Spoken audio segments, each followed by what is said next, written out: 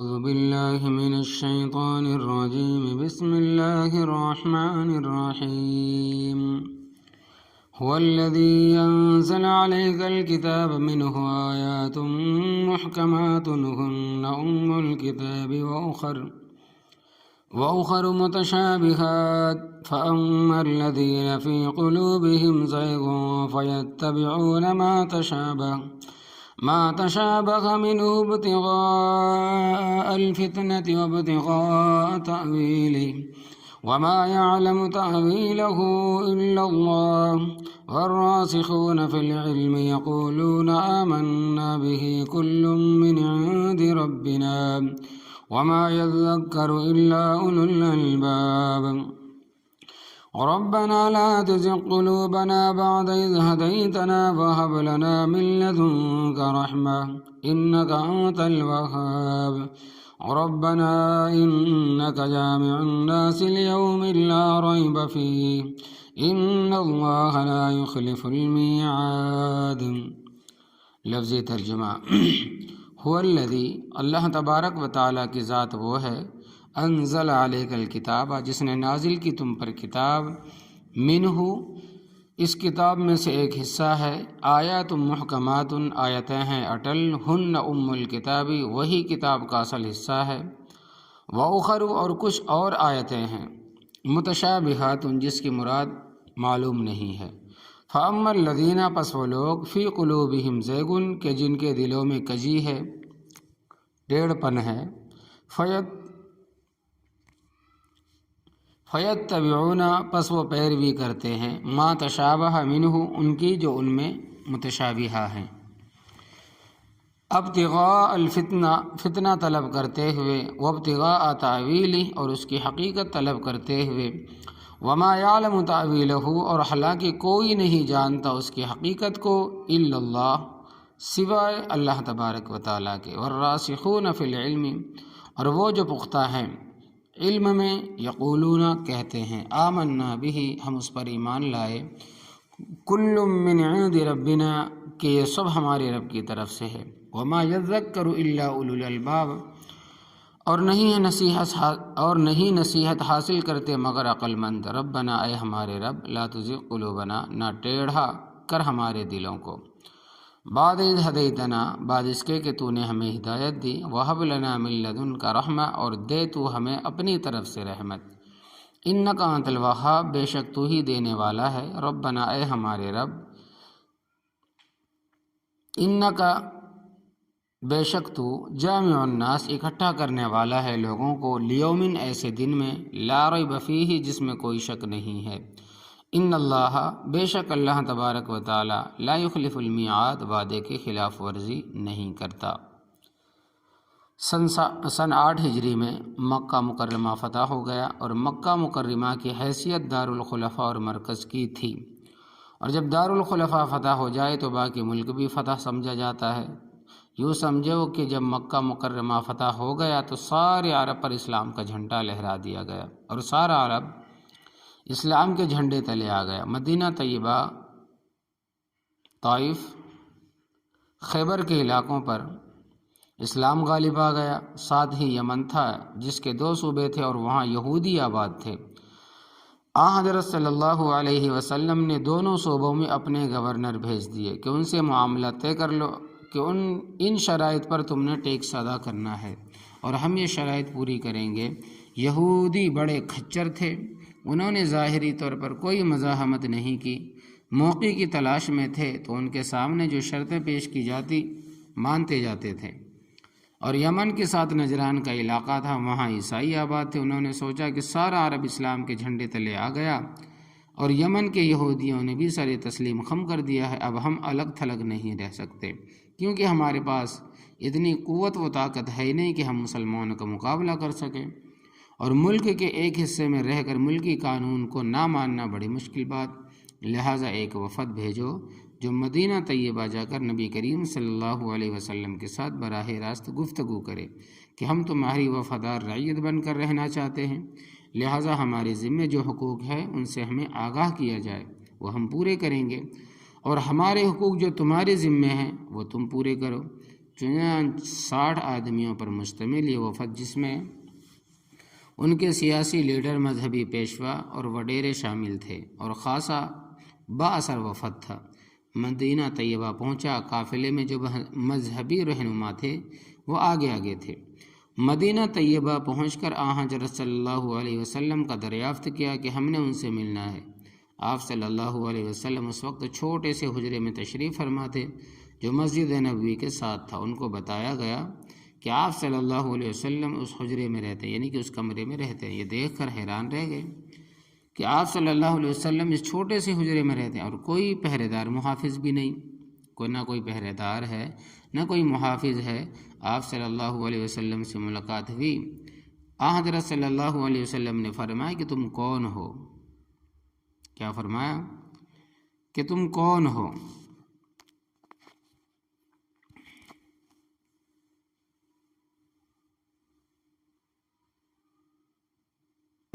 فرماتے ہیں کہ جو مسجد کے ساتھ تھا، آپ صلی اللہ علیہ وسلم سے ملاقات ہوئی۔ حضرت صلی اللہ علیہ وسلم نے فرمایا کہ تم کون ہو اور کہاں سے آئے ہو؟ کہنے لگے ہم عیسائی ہیں اور نجران کے علاقے سے آئے ہیں، اور اس واسطے آئے ہیں کہ سارا عرب پر تمہارا قبضہ ہو چکا ہے اور نجران کا علاقہ بھی عرب کا حصہ ہی ہے۔ ہم از خود آ گئے ہیں کہ تمہاری رعیت بن کر رہیں گے، لہٰذا ہمارے ذمہ جو حقوق ہے ہمیں بتا دو، ہم پورے کریں گے، اور ہمارے حقوق جو تمہارے ذمے ہیں وہ تم پورے کرو۔ حضرت صلی اللہ علیہ وسلم نے صحابہ کرام کو بلایا اور فرمایا کہ یہ مہمان ہے، سب سے پہلے ان کی رہائش اور خوراک کا انتظام کرو اور ان کی سواریوں کے کھڑے کرنے کا انتظام کرو۔ صحابہ کرام رضی اللہ عنہم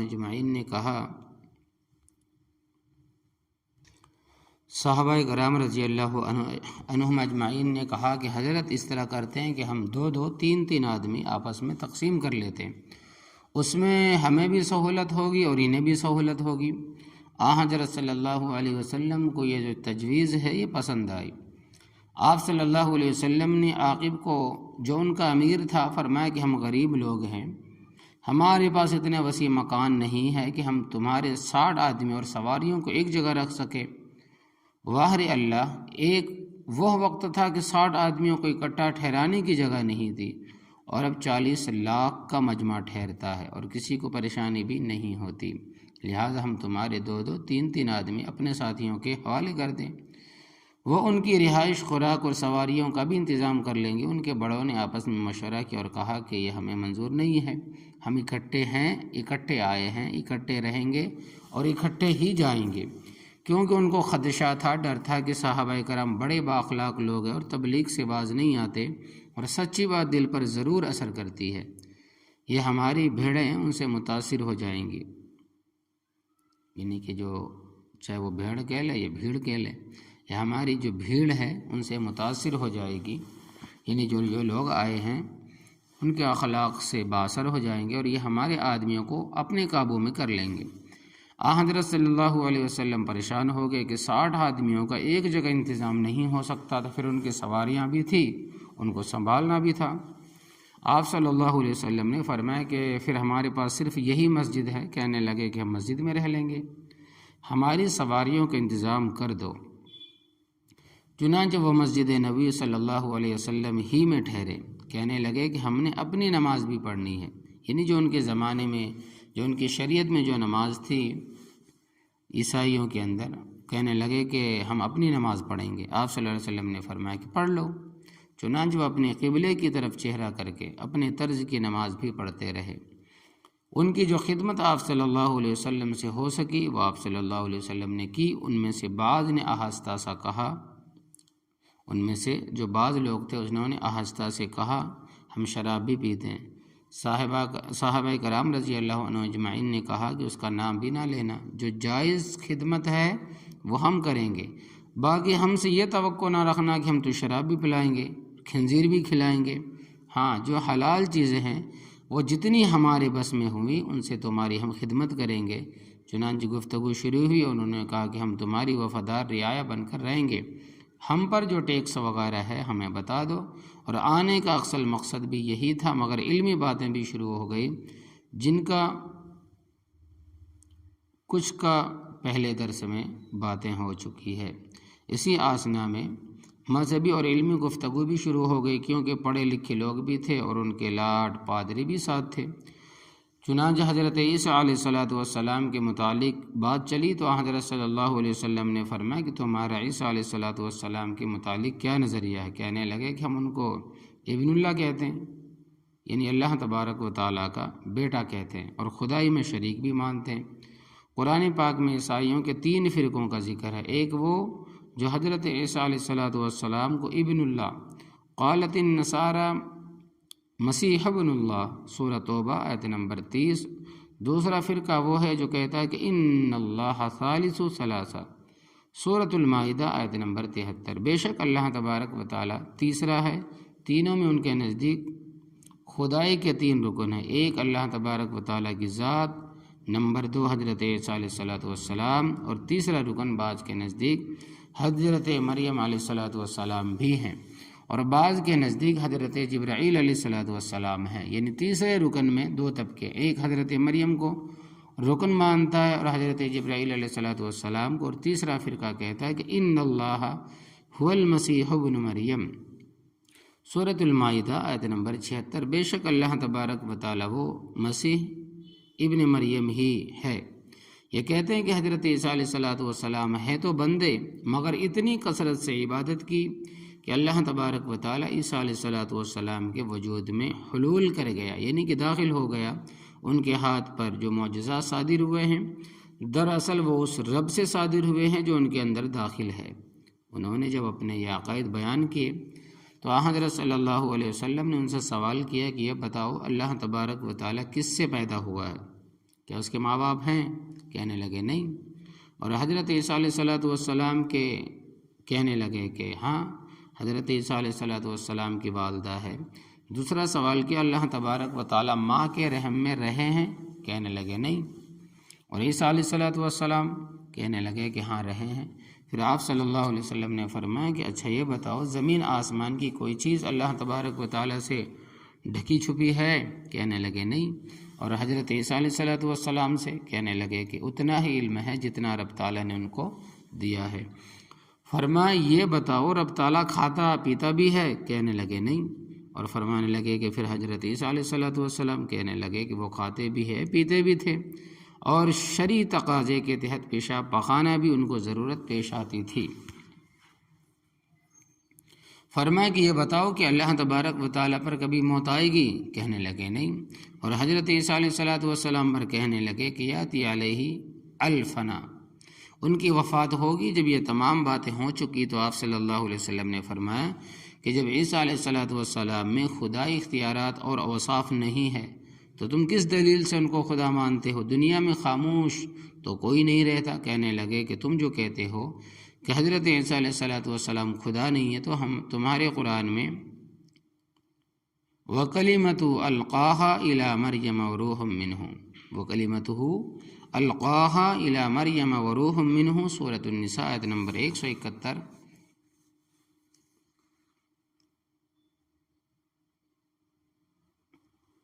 کیوں آیا ہے؟ یہ انہوں نے شوسہ چھوڑا۔ روح اللہ کا کیا معنی اور کلمت اللہ کے کیا معنی؟ یہ آیت متشابہات میں ہے، حقیقت تو رب تعالیٰ بہتر جانتا ہے، لیکن اس کا ظاہری مفہوم یہ ہے کہ اللہ تبارک و تعالیٰ نے خرق عادت کے طور پر حضرت جبرائیل علیہ السلام کے واسطے سے حضرت مریم علیہ السلام کو پھونک ماری، اندر روح پڑ گئی۔ اس سے ان کا خدا ہونا تو ثابت نہیں ہوتا، نہ یہ ابن اللہ ہونے کی دلیل ہے، مگر انہوں نے شوسہ چھوڑ دیا کیونکہ دنیا میں خاموش کوئی نہیں رہتا۔ لوگوں نے ایک قصہ بنایا ہوا ہے کہ پدی روٹی پر دھاگوں میں پھنس گئی اڑتی ہے،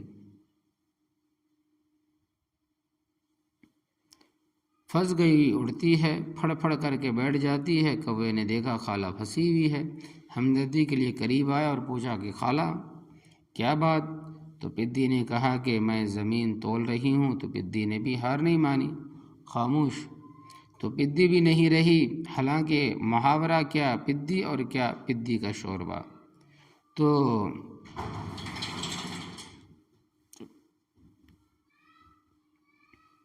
جن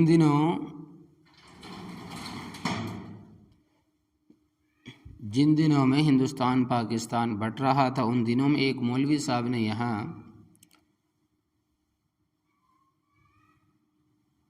کھگٹر میں تقریر کی کہ اولیاء اللہ ہماری مدد اور مشکل کشائی کرتے ہیں۔ میں نے جمعے میں اس کی تردید کی کیونکہ باطل کی تردید کرنا فرض کفایہ ہے۔ یعنی کہ حضرت مولانا سرفراز احمد رحمۃ اللہ علیہ فرماتے ہیں کہ میرے زمانے میں یہ مولوی نے تقریر کی کہ اولیاء اللہ ہماری مدد اور مشکل کشائی کرتے ہیں۔ کس نے کی؟ کہ ایک صاحب نے کی۔ تو فرماتے ہیں کہ وہ میں نے جمعے میں اس کی تردید کی کیونکہ باطل کی تردید کرنا فرض کفایہ، اگر کوئی بھی باطل کی تردید نہ کرے تو سارے مسلمان گنہگار ہوں گے، اور اگر ایک نے بھی تردید کر دی سارے گناہ سے بچ گئے۔ تو میں نے اس کی تردید کرتے ہوئے کہا کہ مشرقی پنجاب میں جو ظلم ہو رہا ہے کہ تقریباً 10 لاکھ مسلمان شہید ہوئے، عورتوں کے پیٹ چاک کر کے بچے ضائع کیے گئے، مسجدوں کی بے حرمتی کی، قرآن پاک کو سیڑھی بنا کر گھڑیاں اتاری گئی، کون سا ظلم تھا جو اس وقت نہ ہوا؟ میں نے کہا یہ ولی ان کی مدد کیوں نہیں کرتے؟ یعنی کہ جب ہندوستان پاکستان بٹ رہا تھا بہت زیادہ ظلم ہوا، تو کہتے ہیں کہ یہ ولی ان کی مدد کیوں نہیں کرتے؟ اور تو چھوڑ، یہ سرہند میں شاہ احمد سرہندی مجدد الفسانی رحمۃ اللہ علیہ جیسی شخصیت موجود ہے، اور ان کے علاوہ بے شمار اولیاء اللہ، انہوں نے کیوں نہیں مشکل کشائی کی؟ یہ وقت تھا مشکل کشائی کرنے کا، اور کون سا وقت آنا ہے جب وہ امداد اور مشکل کشائی کریں گے؟ میں نے دلائل کے ساتھ تردید کی۔ ایک کتری داڑھی والا آدمی کھڑا ہوا اور کہنے لگا یہ بزرگ آج کل حج کرنے کے لیے گئے ہوئے ہیں۔ میں نے کہا پہلی بات تو یہ ہے کہ مرنے کے بعد حج ہوتا ہی نہیں ہے، اور دوسری بات یہ کہ آج کل حج کے دن بھی نہیں ہے، کون سا حج کرنے کے لیے گئے ہوئے ہیں؟ اندازہ لگاؤ، دنیا میں خاموش کوئی بھی نہیں رہتا۔ تو عیسائیوں کو بھی جب کوئی جواب نہ آیا تو یہ شوشہ چھوڑا کہ رب نہیں تو روح اللہ کا کیا مطلب، اور کلمت اللہ کے کیا معنی؟ یہ کہہ کر بات کو رول گول کر دیا۔ اس کا ذکر ہے کہ هو الذی انزل علیک الکتاب، اللہ تبارک و تعالیٰ کی ذات وہی ہے جس نے تجھ پر کتاب نازل کی، منہ آیات محکمات، اس میں بعض آیتیں محکم ہے، اٹل ہے۔ محکم اس آیت کو کہتے ہیں کہ جس کا مطلب بالکل واضح ہو لغت کے اعتبار سے، اور کوئی مفہوم نہ نکل سکے، جیسے ان اللہ علی کل شیء قدیر، بے شک اللہ تبارک و تعالیٰ ہر چیز پر قادر ہے۔ دیکھو لفظ اللہ کا مفہوم بھی واضح ہے، شیء کے معنی میں بھی کوئی تردد نہیں، اور قدیر کا مفہوم بھی واضح ہے، ان اللہ۔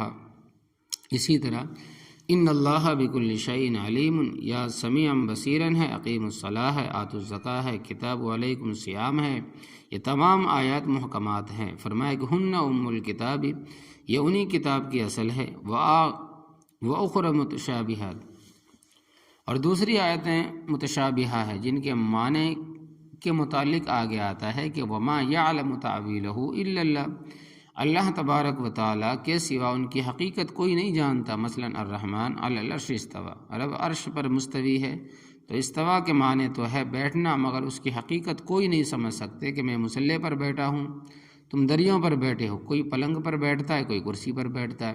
تو اللہ تبارک و تعالیٰ کی حقیقت کیا ہے ہم کسی شے کے ساتھ تشبیہ نہیں دے سکتے، اس لیے کہ کمثلہ شیء، اس کے مثل کوئی چیز نہیں ہے۔ اسی طرح قرآن پاک میں آتا ہے کہ بل یداہ مبسوطتان، اللہ تبارک و تعالیٰ کی دونوں ہاتھ کھلے ہیں۔ ہم اللہ تبارک و تعالیٰ کے ہاتھوں کی حقیقت کو نہیں سمجھ سکتے، لہٰذا کہ ادھر ہمارے ہاتھ میں ہتھیلی ہے، 5 انگلیاں ہیں، ناخن ہیں، تو ہم یہ نہیں کہہ سکتے کہ اللہ تبارک و تعالیٰ کے ہاتھ اس طرح، روح منہ ہے، کہ اللہ تبارک و تعالیٰ کی طرف سے روح ہے۔ کلمتہ القاہا الی مریم، اللہ تبارک و تعالیٰ کا کلمہ جو اللہ تبارک و تعالیٰ نے حضرت مریم علیہ السلام کی طرف القاء کیا، تو اس طرح کی آیات پر ہم ایمان لاتے ہیں، لیکن حقیقت ہم نہیں جانتے، اور نہ ہی حقیقت جاننے کے ہم مکلف ہیں۔ اور یہ اللہ تبارک و تعالیٰ کا احسان ہے کہ اس نے ہمیں ایسی چیزوں کا مکلف نہیں بنایا، بس ہمیں حکم ہے کہ مانو اور تسلیم کرو۔ ہم مانتے ہیں کہ وہ عرش پر مستوی ہے، اور یہ بھی مانتے ہیں کہ وہ ہوا معلم اینما کنتم، اور وہ تمہارے ساتھ ہے تم جہاں کہیں بھی ہو۔ وہ کتنا ساتھ ہے؟ فرمایا کہ وَنَحْنُ أَقْرَبُ إِلَيْهِ مِنْكُمْ وَلَكِنْ لَا تُبْصِرُونَ، تو آگے فرمایا کہ ان الذین کفروا لن تغنی عنہم اموالہم ولا اولادہم من اللہ شیئا واولئک هم وقود النار۔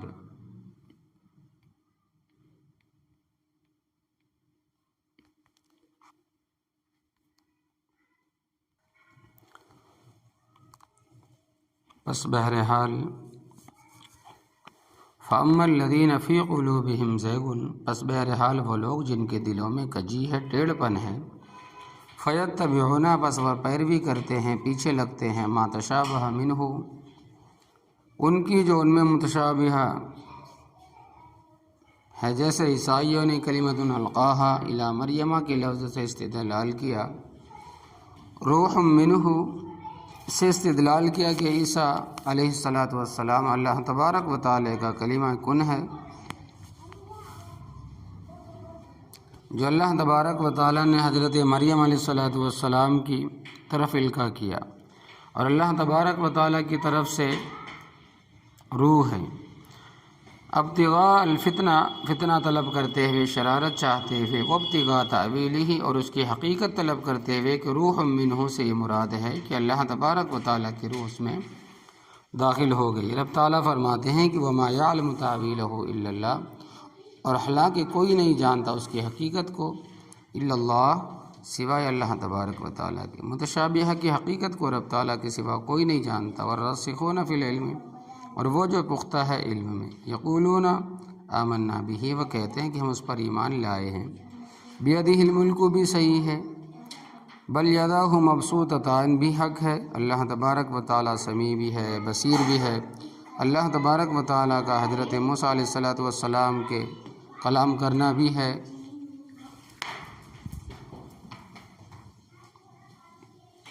کلام کرنا بھی حق ہے۔ الرحمن علی العرش استویٰ، رحمان عرش پر مستوی بھی ہے، سب کچھ حق ہے۔ کل من عندنا، یہ سب کچھ ہمارے رب کی طرف سے ہے، مگر ہم ان کی حقیقت نہیں جانتے۔ ہم یہی کہتے ہیں کہ رب تعالیٰ کی شان کے لائق ہاتھ ہیں، جو اس کی شان کے لائق کلام ہے، جو رب تعالیٰ کی شان کے لائق دیکھنا ہے، سننا ہے، دیکھتا سنتا ہے۔ وما یذکر الا اولو الالباب، اور نہیں نصیحت حاصل کرتے مگر عقل مند ہی بات کو سمجھتے ہیں، دوسرے نہیں سمجھ سکتے۔